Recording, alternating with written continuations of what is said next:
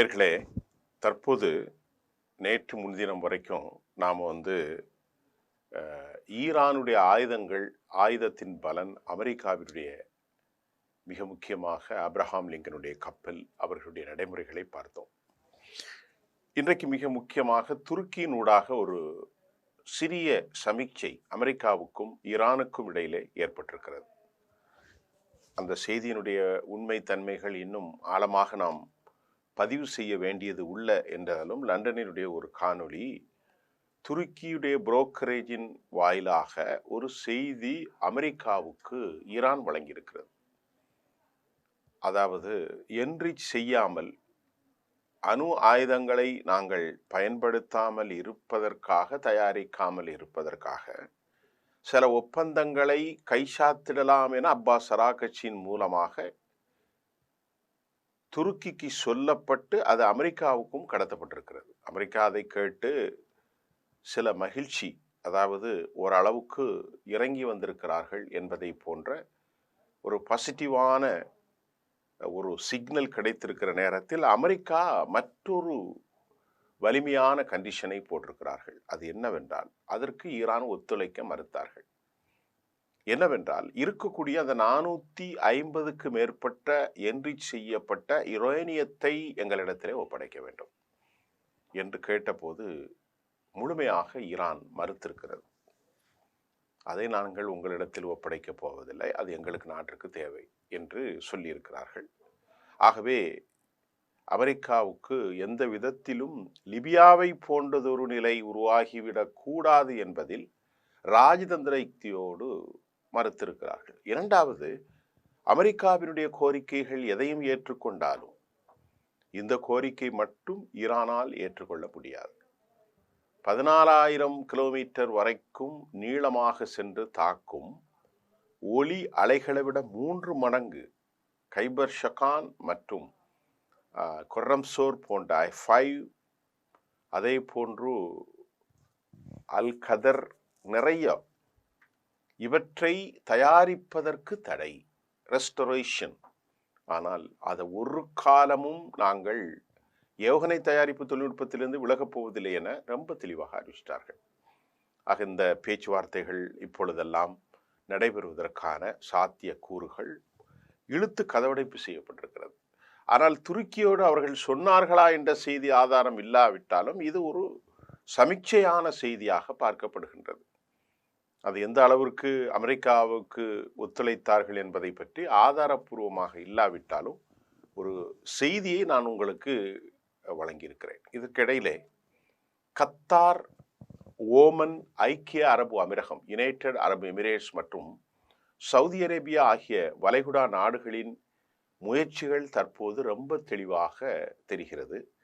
எப்படியாவது பதற்றத்தை தணித்து 2 நாடுகளுக்கும் இடையே, அமெரிக்கா மற்றும் ஈரான் ஆகிய 2 நாடுகளுக்கும் போரை நிறுத்திவிட்டால் தாங்கள் நிம்மதியாகி விடுவோம் என ஒட்டுமொத்த அரபுகளும் ஏங்கி தவிக்கும் காட்சியை நாம் காண முடிகின்றது. ஏனென்று சொன்னால் துருக்கி இதில் முக்கியமாக ஈடுபட்டிருக்கிறார்கள். கத்தர் மிக மிக மிக முக்கியம். சவுதி அரேபியா அதைவிட மிக முக்கியமாக, அதாவது தணலில் போடப்பட்ட புழுவாக சிதைந்து போயிருக்கிறது யுனைடெட் அரபு எமிரேட்ஸ். அவனுக்கு எதுவுமே இல்லை. கேளிக்கைகள், டான்ஸ், மது, மிகப்பெரிய ஃபினான்ஷியல் ஹப்பை வைத்திருக்கிற துபையை பதம் பார்த்து விட்டால் துபை காலி, வேற அவனுக்கு வருமானமே கிடையாது. ஆக யுனைடெட் அரபு எமிரேட்ஸ், சவுதி அரேபியா மற்றும் கத்தர் போன்ற நாடுகள் ஒரு கொதிநிலையான பதட்டத்தை அடைந்து அது எப்படியாவது நீங்கள் இதை நிறுத்திவிட வேண்டும் என்று யாரிடத்திலே சொல்கிறார்கள்? துருக்கியிடத்தை சொல்லி இப்ப பேசிக் கொண்டிருக்கிறார்கள். அஜர்பைஜான் போன்ற நாடுகளும் எங்களுடைய வான் பரப்பை, தரைத்தளத்தை, நிலக்கீழ்களை நாங்கள் அனுமதியோம் என சொல்லிவிட்டார்கள். இதுக்கிடையில ஏவுகணை திட்டம் மற்றும் பாதுகாப்பு விவகாரங்களில் ஈரான் ஒருபோதும் சமரசம் செய்து கொள்ளாது என ஈரானுடைய வெளிவிவகாரத்துறை அமைச்சர் அப்பாஸ் அராக்ச்சி தெளிவுபடுத்தியிருக்கிறார். நான் இதுக்கு முன்னாடி சொன்னதான், ஏவுகணை திட்டத்தில் எங்களுக்கு ஃபுல் ரைட்ஸ் இருக்கு. ட்ரோன்கள், பெரிய ஏவுகணைகள், ஹொலிஸ்டிக்ஸ், அதாவது என்ன சொல்றது, ஹைப்பர்சோனிக், சூப்பர்சோனிக், பலிஸ்டிக்ஸ் ஏவுகணைகள் தயாரிப்பெல்லாம் நாங்கள் ஒருபோதும் மட்டுப்படுத்த போவதில்லை என்பதை தெளிவுபடுத்தி இருக்கிறாங்க. இதற்கிடையில ஈரான் மீதான எந்த ஒரு இராணுவ தலையீட்டையும் நாங்கள் எதிர்க்கிறோம் என்பதை அனைத்து தரப்பினரிடத்திலும் தெரிவித்து விட்டோம் என ஈரான் தரப்பில் தெரிவித்திருக்கிறது. ஈரானுடைய உள்நாட்டு பிரச்சனைகளில் எந்த ஒரு வெளிநாட்டு குறுக்கீடும் இன்றி தீர்க்கப்படும் என்று நாங்கள் நம்புகிறோம் என்றும் வெளிவிவகாரத்துறை அமைச்சர், ஈரானுடைய வெளிவிவகாரத்துறை அமைச்சர் அப்பாஸ் அராக்சி குறிப்பிட்டிருக்கிறார். ஈரான் மீது தாக்குதல் நடத்தினால் அது மத்திய கிழக்கில் மட்டுமல்ல ஒரு பெரும் போராக வெடிக்கும் என்றும், வளைகுடா நாடுகளின் எண்ணெய் மற்றும் எரிவாயு நிலையங்களை ஈரான் இலக்காக கொள்ளக்கூடும் என அரபு மற்றும் இஸ்லாமிய நாடுகள் ட்ரம்புக்கு அவர்கள் எச்சரிக்கை விடுத்திருக்கிறார்கள். நீங்கள் சொல்வதை போன்று அந்த பகுதிதான், அதாவது ஹர்மூஸ் வளைகுடாவை தடுத்து விட்டால் ஒட்டுமொத்த உலக பொருளாதாரம் சிஎன்ஜி என்று சொல்லக்கூடிய இயற்கை வாயு மட்டுமல்லாமல் 30 விழுக்காடு உலக வர்த்தகத்தில் பெரும் பங்கை வகிக்கக்கூடிய இந்த ஹெர்மூஸை எப்படியாவது கைப்பற்ற வேண்டும். அமெரிக்கா ஒரு நாசகார சக்தியாகத்தான் இதிலே பார்க்கலாம். ஒவ்வொரு நாடும் செழிப்படைவதை அமெரிக்கா மட்டுப்படுத்த நினைக்கின்றது. எல்லாவற்றையும் வைத்துக்கொண்டு 40 ஆண்டுகள் பொருளாதார தடை. அவர்கள் சொன்னார்கள், ஈரான் நேற்று முன்தினம் வந்த செய்தியில பொருளாதார தடையை நீக்கினால் நாங்கள் இந்த அணு ஆயுத ஒப்பந்தத்திலிருந்து ஒரு கையெழுத்திடலாம். அந்த கையெழுத்தும் என்று செய்யப்பட்டதை நாங்கள் ஒப்படைக்கப் போவதில்லை. அதே போன்று ஏவுகணை தொழில்நுட்பத்தையும் நெவர் கெட் ரிட், ஒருபோதும் விற்று அகலப் போவதில்லை, கைவிடப் போவதும் இல்லை என்பதை தெளிவுபடுத்தி விட்டார்கள். இப்போது ஹர்மூஸை கண்டுதான் மத்திய கிழக்கு முழுவதும் அஞ்சுகிறார்கள். எல்லோரும் அஞ்சுகிறார்கள். தொழில் முழுக்க நாசமாகிவிடும்.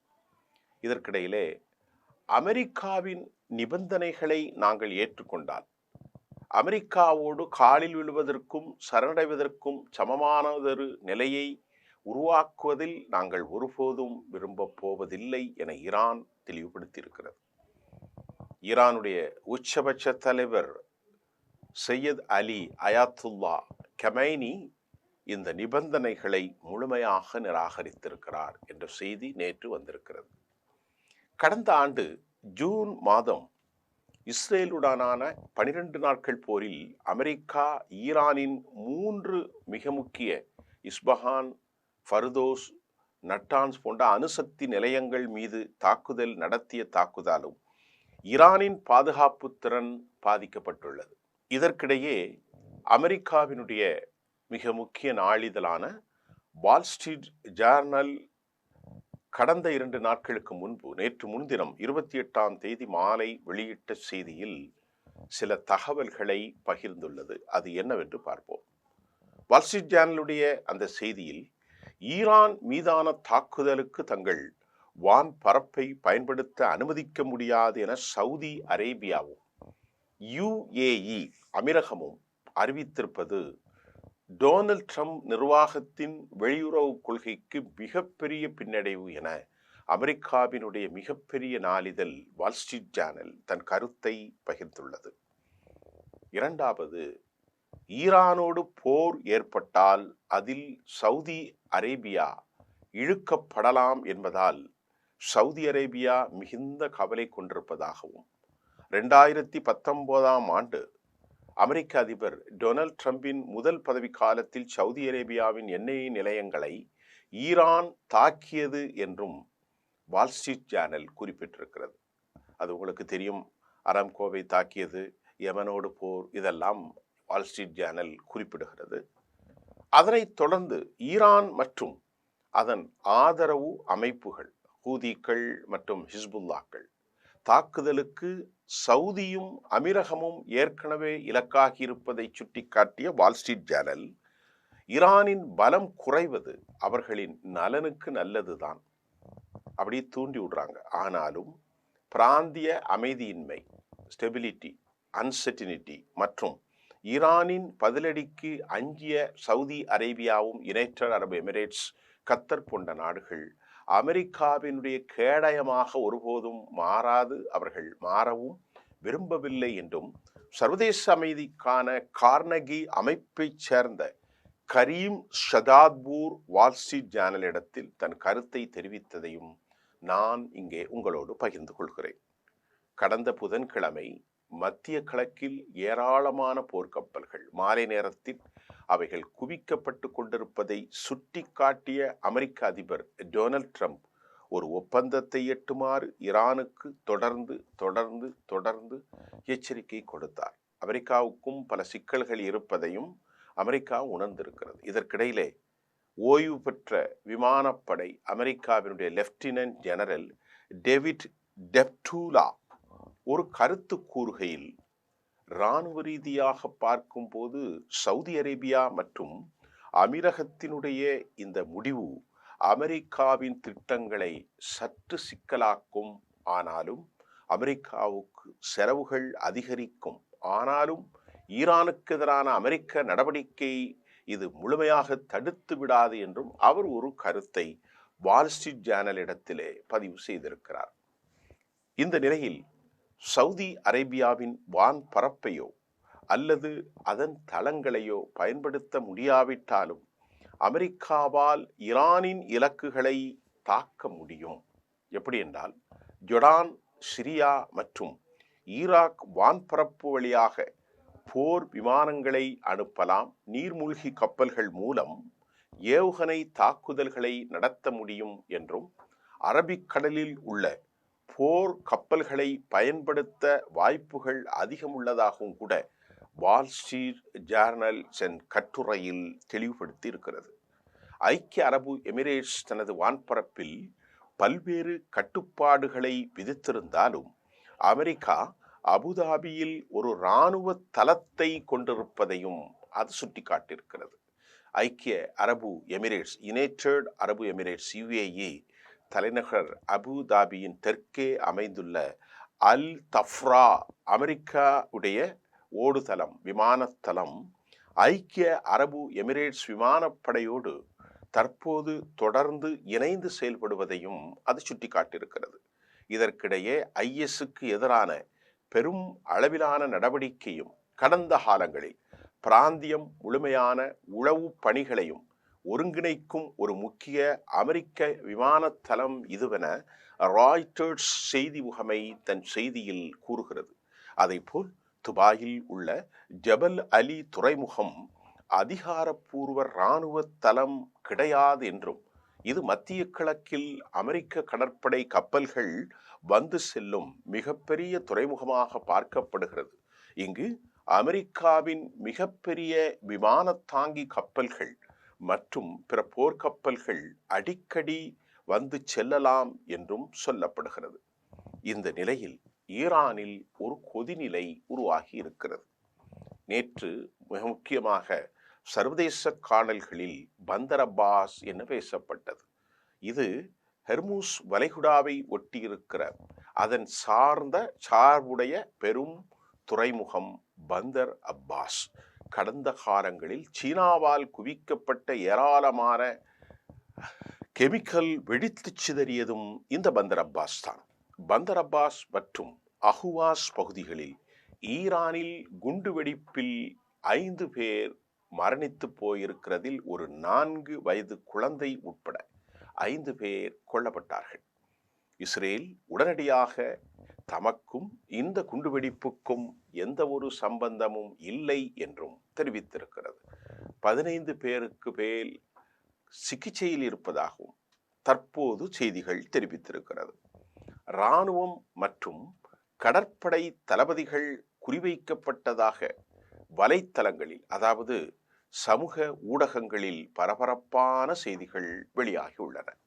இந்நிலையில் ஹெர்மூஸ் ஜலசந்தி பகுதியில்தான் பந்தர் அப்பாஸ் துறைமுகம் உள்ள நிலையில் இந்த குண்டுவெடிப்பிற்கு மிகப்பெரிய அளவிலான மிகப்பெரிய பதட்டத்தை ஏற்படுத்தி உள்ளதாகவும் தற்போது செய்திகள் வெளியாகி உள்ளது. துருக்கி தூதரகம் வழியாக மற்றும் கத்தர் ஆகிய 2 நாடுகளும் ஈரான் உடன் பேச்சுவார்த்தை நடத்திய விவரங்கள் அமெரிக்காவுக்கு தொடர்ந்து பகிரப்பட்டு வருகிறது என்பதும் தற்போது முன்னேற்ற செய்திகளில் ஒரு ஊடாக நாம் அதனை அவதானிக்கக்கூடியதாக இருக்கிறது. ஈரான் எந்த ஒரு தாக்கத்தையும் சந்திக்க தயார் என்பதை உச்சபட்ச தலைவர் சையத் அலி கமைனி அவருடைய ஆலோசகருமான ஷம்கானி தெளிவாக கோடிட்டு காட்டியிருக்கிறார். ஈரான் இராணுவ தளச்சதி அலிகளிலே இராணுவ தளபதி அலி கராமி கடந்த 12 நாட்களில் நாங்கள் ஜூலை மாதம் இஸ்ரேலோடு நடந்த போரில் லாபங்களையும் மற்றும் குறைகளையும் உணர்ந்து கொண்ட நிலையில் ஈரான் தற்போது பலப்பட்ட நிலையில் மிக முக்கிய நிலையில் இருப்பதாகவும் லாப நஷ்டங்களையும் எங்களுக்கு முன்னேற்றங்களையும் பின்னடைவுகளையும் பரிசீலித்து கொண்டிருப்பதாகவும் ஷம்கானி தெளிவுபடுத்தியிருக்கிறார். இதற்கிடையிலே ஈரானுடைய president Masoud Pezeshkian has said that United States of America Donald ட்ரம்பும் இஸ்ரேலிய பிரதமர் பெஞ்சமின் நெதானியாகவும் மற்றும் யூரோப்பினுடைய தலைவர்களும் strike the tension by the provoking the people during the recent protest that gripped the country என்ற செய்தியும் சர்வதேச நாளிதழில் உருவாகியிருக்கிறது. இதற்கிடையிலே இந்த போரில் ஈரானை மௌனியாக்க வேண்டும் என அதிகம் விரும்புவது இஸ்ரேல் மட்டுமல்ல, யூரோப்பிய யூனியன் தான். கியாமர் ஒரு ராஜதந்திர நடவடிக்கையை பிரிட்டானியாவின் சார்பில் எடுத்திருக்கிறார்.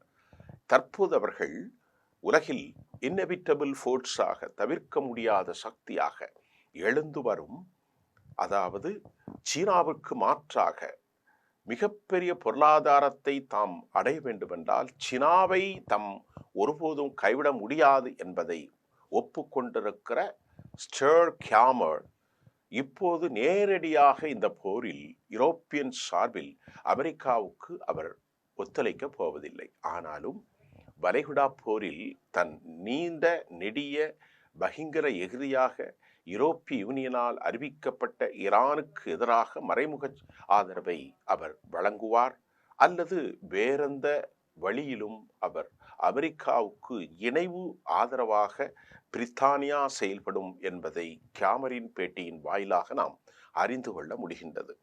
ஜெர்மனும் பிரான்சும் இத்தாலியும் கூட இந்த போரில் மறைமுகமாக அமெரிக்காவுக்கு அவர்கள் நேரடியாக அல்லாமலும் உதவிகள் செய்வதின் மிக முக்கிய காரணம் ரஷ்யாவை தொலைத்து கட்ட வேண்டும் என்பதே அவர்களின் மிக முக்கியம். எது எப்படியோ துருக்கியின் அமெரிக்கா வைக்கின்ற நிபந்தனைகள் இன்றைக்கு பார்த்தோம்.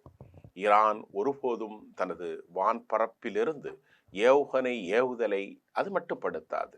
அமெரிக்காவினுடைய கண்டிஷனுக்கு தாங்கள் சரணடைய போவதில்லை, ஏற்றுக்கொண்டால் அது சரணடைவுக்கு ஒப்பாகும் என அவர் கூறியிருப்பது ஆயத்துல்லா கமினியின் ஸ்டேட்மெண்ட்டும் பரபரக்கும் மத்திய கிழக்கில் இன்று ஞாயிற்றுக்கிழமை காலை தாக்குதல்கள் தொடரலாம் என எதிர்பார்க்கப்பட்ட நேரத்தில், பேச்சுவார்த்தைக்கு அழைக்கும் நேரத்தில் என்ன நடக்கிறது என்பது அறுதியிட்டு நாம் உறுதியாக சொல்ல முடியாத ஒரு சூழ்நிலையில் களம் கடும் போக்காக சென்று கொண்டிருக்கிறது என்பதே இன்றும் காலை வரை நாம் அவதானித்த துல்லிய செய்திகளின் சாராம்சமாக இருக்கும். மீண்டும் சந்திப்போம். நன்றி.